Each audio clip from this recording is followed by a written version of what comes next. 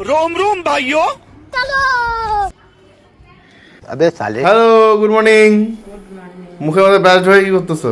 ব্রাশই করতেছি। ও সরি বুঝতে পারিনি। আর তুমি দেখি এই যে চা পাতি, কি এ তো গাজা।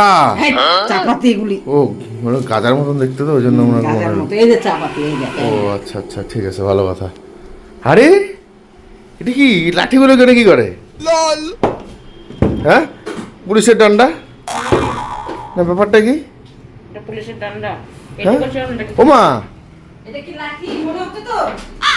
হ্যাঁ এই যে খোলে না।